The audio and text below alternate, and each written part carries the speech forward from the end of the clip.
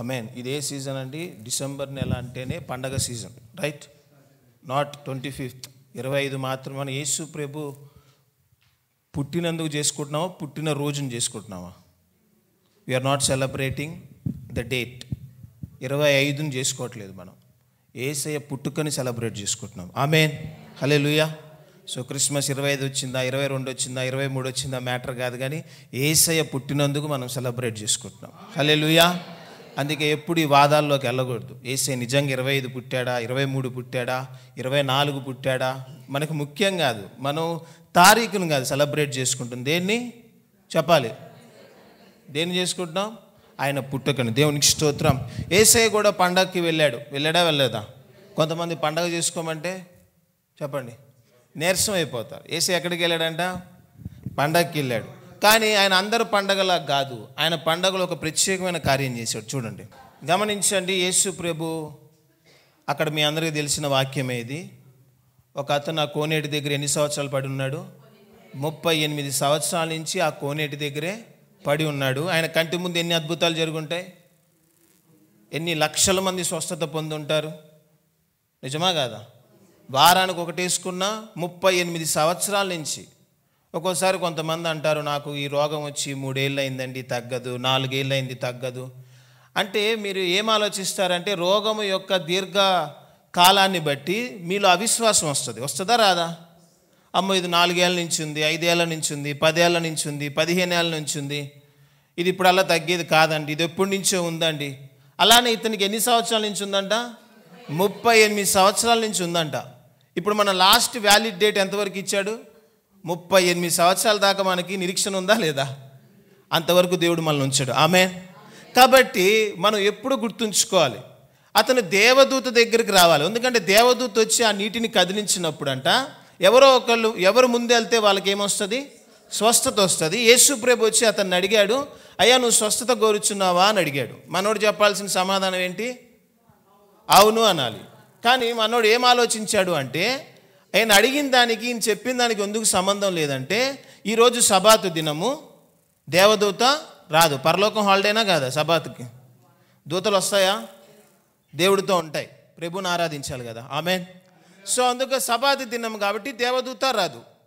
ఇతనేమన్నాడు, ఏ మనుష్యుడు కూడా నన్ను అక్కడికి తీసుకొని వెళ్ళట్లేదు. అంటే 38 సంవత్సరాలుగా ఇతను మనుషుల మీద ఆధారపడ్డాడు. ఎవరి మీద ఆధారపడ్డాడు?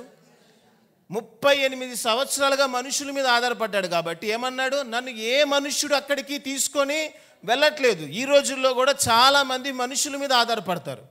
వాళ్ళు వచ్చి ఏదో చేస్తారు, వీళ్ళు వచ్చి ఏదో చేస్తారు, వీళ్ళు వచ్చి మా జీవితాలను ఏదో బాగు చేస్తారు, వీళ్ళు వచ్చి మా జీవితాలను ఏదో గొప్పగా తీర్చిదిద్దుతారని. నువ్వు ఎన్ని సంవత్సరాలు మనుషుల మీద ఆధారపడతావో అన్ని సంవత్సరాలు ఇంకా పొడిగించబడుతుంది, కానీ నీ సమస్య అది ముగించబడదు. ఆమేన్. ఈరోజు నీ సమస్య ముగించబడాలంటే ఎవరు రావాలి?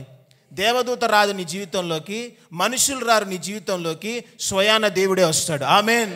కాబట్టి ఈ నెల మనం ఎక్కువ ఆలోచించాల్సిన విషయం ఏంటంటే, ఇంతకాలం ఇన్ని సంవత్సరాలు మనుషుల మీద నువ్వు ఆధారపడ్డావేమో, వచ్చే నూతన సంవత్సరంలో నువ్వు చెప్పాల్సిన మాట ఏంటో తెలుసా?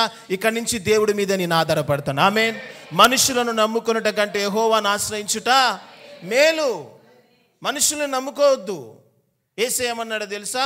నన్ను ప్రేమించండి అని అక్కడ తాపేశాడా? మనుషులని ప్రేమించండి, శత్రువులను ప్రేమించండి, దేవుణ్ణి నమ్మండి. ఎవరిని నమ్మాలి? దేవుణ్ణి నమ్మాలి, మనుషుల్ని ప్రేమించాలి. మనదంతా రివర్సు. మనం ఏంటి? దేవుణ్ణి ప్రేమిస్తాం. ఇప్పుడు ప్రేమించబట్టేగా పొద్దున్న 5ంటికి వచ్చి నీ కృప తప్ప వేరొకటి అంటున్నామా లేదా? దేన్ని బట్టి? దేవుణ్ణి ప్రేమిస్తున్నావు, కానీ నమ్మకం ఎవరి మీద ఉంది? మనుషుల మీద ఉంది.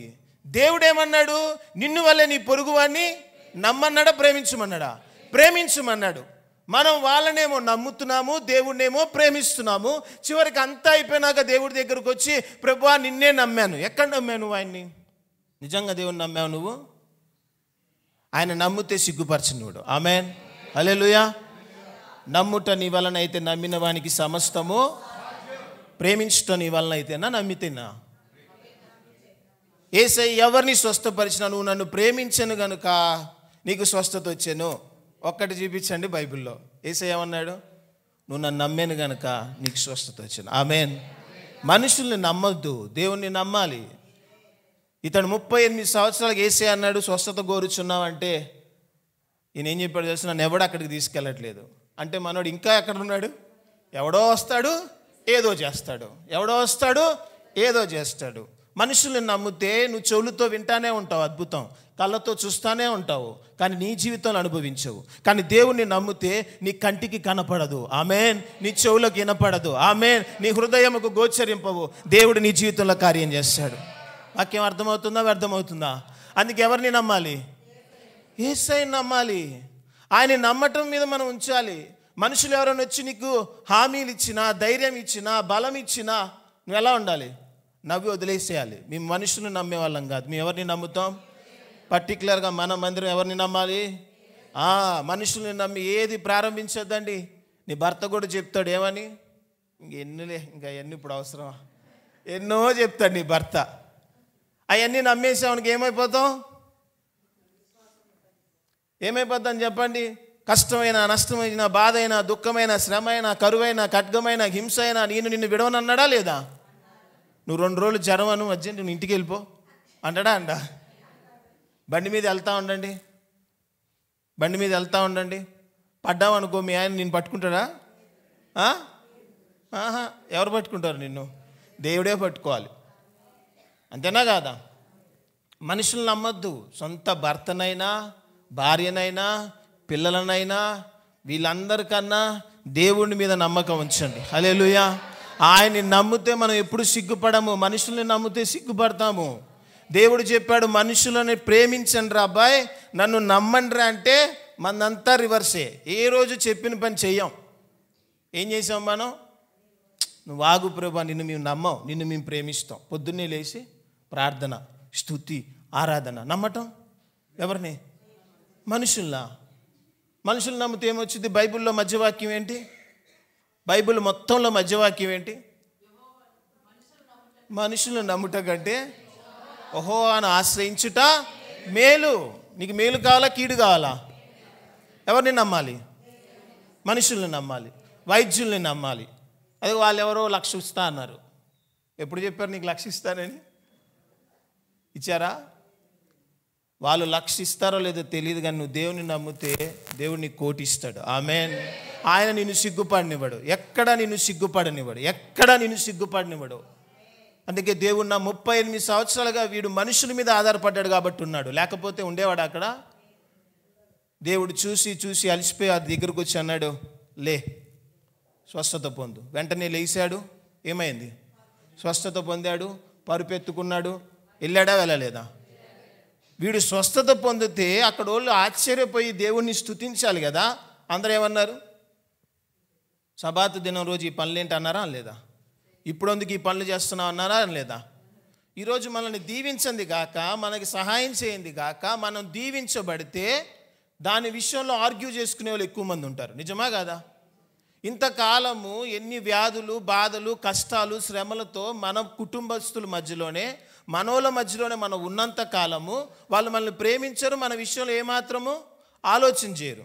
కానీ దేవుని మందిరానికి వచ్చి దేవుడు కృప చూపించి నీ జీవితాన్ని దీవించి ఆశీర్వదిస్తే దీని విషయంలో వాళ్ళు అభ్యంతరపడతారు.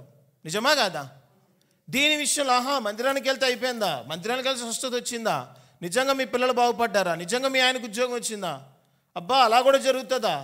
ఇవన్నీ అలా ఇలా ఎన్ని మాటలు అంటారు. వీళ్ళ దగ్గరే మనం ఎన్నో సంవత్సరాలు ఉంటాం, కానీ వీళ్ళు ఎప్పుడు కూడా మన మేలుని చూడరు. కానీ ఎప్పుడైతే మనం దీవించబడతామో వీళ్ళకి ఏమొస్తుంది? అసూయ వస్తుంది. వీళ్ళు అంటారు, మీరెవరు? ఇతను ఏమన్నాడో తెలుసా? సింపుల్గా, నన్ను స్వస్థపరిచినాడు ఎవడో నాకే తెలీదు. ఏమంటే తెలియని వాడిని దేవుడు స్వస్థపరిస్తే నిన్ను దేవుడు స్వస్థపరచడా? ఆమేన్. నిన్ను దేవుడు దీవించడా? ఆమేన్.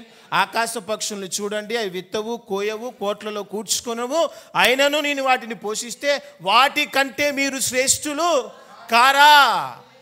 అలానే ఒక అన్యుడి మీద చూపించిన కృప దేవుడు నీ మీద చూపించడా? యేసు ఎవరో ఎరుగని వాడు స్వస్థత పొందాడే. ఈరోజు యేసు ఎవరో ఎరిగి ప్రభు రక్తంలో కడగబడి ప్రభు బలలో పాలు పంచుకున్న నీ జీవితాన్ని దేవుడు విడిచిపెడతాడా? అందుకే ఎన్నడూ కూడా మనుషుల్ని నమ్మద్దు. ఒకటే గుర్తుపెట్టుకొని, జీవితంలో బండ్ల మీద రాసుకోవడం కాదు, యెహోవా నా కాపరి, ఇవన్నీ కాదు. ముందు రాసుకోవాల్సింది ఏంటో తెలుసా? మనుషులను నమ్ముకున్నట కంటే ఇంట్లో పెద్ద బోర్డులో రాసుకోవాలి. ఈరోజు ఎక్కువ మంది ఇక్కడ ప్రార్థనలో కూర్చొని మనుషులు నమ్మిన వాళ్ళే. మనుషులు నమ్మితేనే అల్టిమేట్గా మన జీవితం అంతా మనుషుల్ని నమ్మి నమ్మి నమ్మి చివరికి ఏమంటావు తెలుసా? మనుషుల మీద నాకు నమ్మకమే పోయింది యేసయ్య. అసలు నేను ఎవడు నమ్మన్నాడమ్మా? బైబిల్లో ఎక్కడైనా మనుషుల్ని నమ్మమని ఉందా? నాకు జీవితం మీద విరక్తే వచ్చింది యేసయ్య. ఆహా, మనుషుల మీద నమ్మకమే లేదు యేసయ్య. నాకు నా పిల్లల మీద లేదు, నా భర్త మీద లేదు, నా కుటుంబం మీద. అసలు నేను ఎవడు నమ్మమన్నాడు? వదినా, నిన్నెవడే నమ్మన్నాడా? నీ బైబిల్లో ఎక్కడైనా యేసయ్య మనుషుల్ని నమ్మమన్నాడా? కానీ నీకు ఎక్కడ లేని బోధ ఏంటంటే మనుషుల మీద ఆధారపడతావు. దేవుడి మీద ఆధారపడు. దేవుడికి పొద్దున్నే లేచి ఒక మాట చెప్పు, ఈరోజు నేను మనుషుల మీద ఆధారపడటానికి లేను ప్రభువా, నీ మీద ఆధారపడుతున్నాను. ఆమేన్. నువ్వే నన్ను దీవించాలి, నువ్వే నన్ను ఆశీర్వదించాలి. ఆ రోజుల్లో అబ్రహాము వీళ్ళందరూ ఎవరి మీద ఆధారపడ్డారు? దేవుని మీద. బైబిల్ ఏం సెలవిస్తుంది? అబ్రహాము దేవుణ్ణి ప్రేమించెను, అది అతనికి నీతిగా ఎంచబడెను అని ఉందా? ఏమనుంది? నమ్మెను. చిన్న చిన్న పదాలే, కానీ బైబిల్లో చాలా జాగ్రత్తగా మనం అండర్లైన్ చేసుకోవాలి. ఏమనుంది అక్కడ? అబ్రహాము దేవుణ్ణి నమ్మెను. మన విశ్వాసులకు తండ్రి ఎవరు? అబ్రహాము. మన నాన్నగారు దేవుణ్ణి ఏం చేశారంట? ప్రేమించారా, నమ్మారా? అబ్రహాము దేవుణ్ణి ప్రేమించను, మనుషులను నమ్మినను ఉందా? నో. అబ్రహాము దేవుణ్ణి నమ్మెను, అది అతనికి నీతిగా ఎంచబడెను. ఈరోజు నువ్వు దేవుణ్ణి నమ్మాలి. హల్లెలూయా. ఏ పరిస్థితులైనా దేవుడు నిన్ను విడిచిపెట్టాడు. అది 38 సంవత్సరాలు కావచ్చు, 40 సంవత్సరాలు కావచ్చు. దేవుడు ఒక్క క్షణంలో అతన్ని స్వస్థపరిచాడా? ఎక్కువ టైం పట్టిందా? చనిపోయిన పాడి వెళ్తుంది, యేసే అంతసేపు స్వస్థపరిచాడు. ఆయన పాడిని ముట్టిన వెంటనే అతను తిరిగి లేచాడా లేదా? 12 సంవత్సరాలు రక్తస్రావణ స్త్రీ, యేసే స్వస్థపరిచాడా లేదా? 12 సంవత్సరాలు చిన్నపిల్ల, యేసే స్వస్థపరిచాడా లేదా? 38 సంవత్సరాలు. ఎందుకు 12, 12, 38 ఇవన్నీ ఎందుకు బైబిల్లో రాయబడి ఉందో తెలుసా? నువ్వు అప్పుడు లెక్కేసుకోవాలి. ఏమని? నాకు 2 ఏళ్ళ నుంచే కదా ఉంది, ఇంకా నీకు ఎంత టైం ఉంది?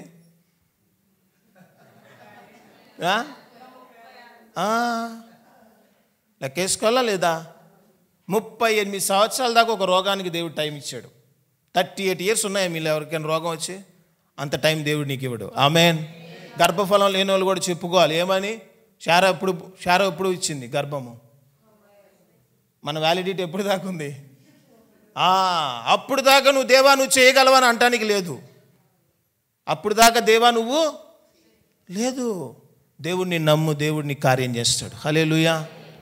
కొంతమంది ఉంటారు 7 సంవత్సరాల నుంచి పిల్లలు లేరని అక్కడికి వెళ్ళి ఇక్కడికి వెళ్ళి డాక్టర్ల దగ్గరికి వెళ్ళి, ఆ డాక్టర్లు చివరికి టిష్యూ బేబీ ప్రోగ్రాం పెట్టి అది కూడా సక్సెస్ కాకుండా అన్నీ ఫెయిల్ అయిపోయి 4 లక్షలు 6 లక్షలు 9 లక్షలు ప్యాకేజీలు చేయించుకొని చివరికి వచ్చి ఇంకా పిల్లలు పుట్టరని డాక్టర్లు వైద్యులు చెప్పేశారంట. ఇంక ఈ గర్భంలో నుంచి పిల్లలు పుట్టరు అని. ఆ తర్వాత సంవత్సరం దేవుడి పిల్లల్ని ఇస్తాడు. ఆమేన్. నేను అంటాను, దేవా ఇన్ని సంవత్సరాలు ఇంత ఖర్చు కాకుండా నువ్వు చూసుకోవచ్చు కదా, అన్నీ తిప్పి ఎందుకు ఇప్పుడు చేశావని. ఇప్పుడు దేవుడు ఏమంటాడో తెలుసా? వాళ్ళకి మనుషులు అంటే నమ్మకం కదా, మనుషులందరూ చేతులు ఎత్తేస్తే కానీ నా మీదకు రారు. ఎవరందరూ చేతులు ఎత్తేస్తే నువ్వు మనుషులను నమ్మితే ఏమవుతుందో తెలుసా? ఎన్ని సంవత్సరాలైనా తిరుగుతుంది, 10 ఏళ్ళైనా నీ జీవితము తిరుగుతానే ఉంటుంది. కానీ దేవుడిని నమ్మితే తిరగదు. దేవుడు నిన్ను దీవిస్తాడు. ఆమేన్. ఆయనకు ఒక్క నిమిషం పట్టదండి అద్భుతం చేయటం. ఒక్క నిమిషం పట్టదు యేసయ్యకి అద్భుతం చేయటం. 38 సంవత్సరాలుగా ఉన్నవాడిని ఏమన్నాడు యేసయ్య? లేచి నీ పరిపెత్తుకొని నడు. వాడు ఇమ్మీడియట్గా లేచాడు. దూత వచ్చిందా, మనుషులు వచ్చారా? నువ్వే చెప్పాలి. దూత వచ్చిందా, మనుషులు వచ్చారా? దేవుడే దిగి వచ్చాడు. నీ జీవితంలోకి ఏ దూత రాదు, ఏ మనిషి రాడు, దేవుడే దిగి వచ్చును గాక. ఆమేన్. నీ ఇంట్లో దేవుడే నివసించును గాక. దేవా నీ దూతల్ని పంప అవసరం లేదు, దేవుడే దిగి వస్తాడు నీ కోసం. ఆమేన్. హల్లెలూయా. ఆయన తన బిడ్డనే నీ కోసం ఇచ్చినోడు. చెప్పండి. పౌలు ఏమంటాడు? తన కుమారుణ్ణి ఇవ్వటానికే వెనక్కి తీయని ఆయన నువ్వు అడిగింది ఏది దేవుడు నీకు ఇవ్వడా? అందుకే నువ్వు మోకరించిన ప్రతిసారి దేవుడు ఏమన్నాడు తెలుసా? అడిగినవి పొందుకున్నావని విశ్వసించి ప్రార్థన చేయాలంట. మీరు నమ్మి ప్రార్థన చేయాలి, ప్రార్థించేసి నమ్మటం కాదు. ఇది కూడా చెప్తున్నాను వినండి. ఇందాక ఒక విషయం చెప్పా, మనుషుల్ని ప్రేమించాలి, దేవుణ్ణి నమ్మాలి. ఇంకోటి, నమ్మి ప్రార్థన చేయమన్నాడా, ప్రార్థన చేసి నమ్మమన్నాడా? మనం ఏమంటుంది? అయ్యగారు నేను ప్రార్థన చేశాను, దేవుడిని నమ్ముతున్నాను, దేవుడు చేస్తాడు. నువ్వు ప్రార్థన చేసినందుకు దేవుడు చేయడు. మళ్ళీ బైబిల్ తప్పు చదివేశాను ఈ నెల నుంచి. ఏంటి? నువ్వు నమ్మినందుకు దేవుడు. నమ్మి ప్రార్థన చేయాలా? నమ్మి బాప్తిజం పొందినోడా, బాప్తిజం పొంది నమ్మినోడా? మీకు అర్థమవుతుందా? అప్పుడు బాప్తిజం పొంది నమ్ముదామా దేవుడిని?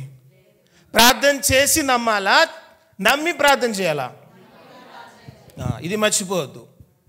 ఇప్పుడు మా భార్య వచ్చి నన్ను ఏమైనా అడిగటానికి వచ్చింది, ఏదైనా అడగటానికి వచ్చింది, బిర్యానీ అనుకోండి ఎగ్జాంపుల్. ఆమె నేను ఇస్తానని నమ్మి ప్రార్థన చేసిందా? నాకు ప్రార్థన అంటే అడిగిందా, లేకపోతే అడిగిన తర్వాత ఇస్తాడనుకుందా? ఆమె వచ్చేటప్పుడే నేను ఇస్తాను కాబట్టి నమ్మిన తర్వాతే మాట వస్తుంది. నువ్వు దేవుడి దగ్గర ప్రార్థన చేసేటప్పుడు నువ్వు ఎలా చేయాలి? అన్యులైతే ప్రార్థన చేసి నమ్ముతారు, మనమైతే నమ్మే ప్రార్థన చేయాలి. ఆమేన్. ఎందుకంటే నువ్వు ప్రార్థన చేసి నమ్మాల్సిన అవసరం లేదు ఇంకా. ఎందుకంటే మనం దేవుని బిడ్డలము, నీతిమంతులం కాబట్టి మనం నమ్మే ప్రార్థన చేయాలి. హల్లెలూయా. అందుకే యేసేమన్నాడు తెలుసా? నమ్మి బాప్తిజం కాదు, బాప్తిజం తీసుకున్నాక నమ్మటం కాదు, ముందే నమ్మి బాప్తిజం తీసుకోవాలి. ప్రార్థన చేసిన తర్వాత నమ్మటం కాదు. చాలామంది ప్రార్థన దేవుడు వినగలేకపోవడానికి కారణం ఏంటో తెలుసా? వీళ్ళు ప్రార్థన చేసిన తర్వాత నమ్ముతారంట. నేను ప్రార్థన చేశానండి, నమ్ముతున్నాను, దేవుడు చేస్తాను. లేదు, నువ్వు నమ్మావు కాబట్టి ప్రార్థన చేస్తున్నావు. హల్లెలూయా. నువ్వు నమ్మావు కాబట్టి ప్రార్థన చేస్తున్నావు. ఇవన్నీ వింతగా ఉన్నాయి బోధలండి. ఎక్కడ ఉంది బైబిల్లో అంటారా? యేసు ప్రభు లాజరు దగ్గరకు వచ్చినప్పుడు, లాజరు దగ్గర సమాధి ముందు నుంచున్నప్పుడు యేసయ్య ఒక మాట అన్నాడు. ఏమని? ప్రభువా, నువ్వు నా ప్రార్థన వింటావని నాకు తెలుసా తెలీదా? తెలిసి ప్రార్థన చేస్తున్నా అన్నాడు. అక్కడ నేర్చుకోవచ్చు మనం ఈ పాఠం. ఏంటది? నువ్వు నా ప్రార్థన వింటావని నాకు నమ్మి, నాకు తెలిసే నేను ప్రార్థన చేస్తున్నాను. అంటే ఇక్కడ మనం నేర్చుకోవాల్సింది ఏంటి? నమ్మి ప్రార్థన చేయాలి. ఎందుకు ప్రార్థనకి వెళ్తున్నావో తెలుసా? నువ్వు ఆయన్ని నమ్మావు కాబట్టి. హల్లెలూయా. నమ్మావు కాబట్టి నువ్వు ప్రార్థనకి వెళ్తున్నావు. నువ్వు నమ్ము దేవుడు చేస్తాడని అలా మోకరించి ప్రార్థన చేయి, నిశ్చయముగా దేవుడిని ప్రతి ప్రార్థన అంగీకరిస్తాడు. ఆమేన్. నమ్ముట నీ వలనైతే నమ్మిన వానికి సమస్తము సాధ్యమే. నువ్వు నేను ఆరాధించే దేవుడు మనల్ని ఎప్పుడు సిగ్గుపరచనివాడు. నువ్వు ఊహించిన దానికన్నా గొప్పగా దేవుడు చేస్తాడు. నేను చెప్పాను కదా, మనుషులు నమ్మితే కంటికి కనపడతాయి, చెవులకి వినపడతాయి, కానీ ఎప్పుడు నువ్వు అనుభవించలేవు. మనోడు 38 సంవత్సరాలుగా కుంటోడులాగా ఒకటం చూశాడు, గుడ్డోడిని చూశాడు, అన్ని స్వస్థతలు చూశాడు. మనోడి జీవితంలో జరిగిందా? జరగలేదు. కానీ యేసయ్య నమ్మితే చెప్పండి, నీ కంటికి కనపడవు, చెవులకు వినపడవు, హృదయములకు గోచరింపవు, నిశ్చయముగా దేవుడు నిన్ను ఆశీర్వదిస్తాడు. హల్లెలూయా. హల్లెలూయా. ప్రార్థన చేసుకుందాం, కళ్ళు మూసుకోండి. హల్లెలూయా. హురమాందల రబాష కలబయటల రబయటో. ప్రార్థిద్దాం. కొద్ది నిమిషాలు భాషలతో ప్రార్థన చేసేవాళ్ళు భాషలతో ప్రార్థన చేద్దాం. రిమాందల రికేందెలె బియాందల రహందెలె రీబోంకల రబాషటల బయాంద ఊ రేకే లబాయ రిబల కటల బయ రికోందల రబయాందలు రికెందెలె బియాంకల బౌరషందెలే బ్రాంటల రహందెలే రీదల బౌదల రహందల రికమందల రిబియాందల రోటుల మాందెలె రిబియాంకల బౌరషకల బరబషందే రిదల బబరషందే రిబోందల రబషందే రెదులం రేకేలె బిరహందల రకటుల రసతుల మెందల రకల బయట రేకందోలం రేలే రియాంకల రబుషదల కందెల రికందెలె బాందల రందే రే బాబా బాబా బాబా రషతల రయాంకల బరషందల రియాంకల బందలరియా రేదుల రేకేల మాందెలె రిబియాంకల బషట. పరమ తండ్రి, పరిశుద్ధుడైన దేవానికి స్తోత్రములైనా. మనుషులను నమ్ముకొనుట కంటే యెహోవాను ఆశ్రయించుట మేలు అని నీ వాక్యం సెలవిస్తుంది. మనుషులను ప్రేమించాలి, యెహోవాని నమ్మాలి. అబ్రహాము దేవుణ్ణి నమ్మెను, అది అతనికి నీతిగా ఎంచబడని వాక్యం సెలవిస్తుంది. ఈరోజు ప్రభా మేము నిన్ను నమ్మాలి, మేము నిన్ను నమ్మాలి ప్రభా. ఇంతకాలం ఇన్ని సంవత్సరాలు మనుషుల మీద ఆధారపడ్డామేమో.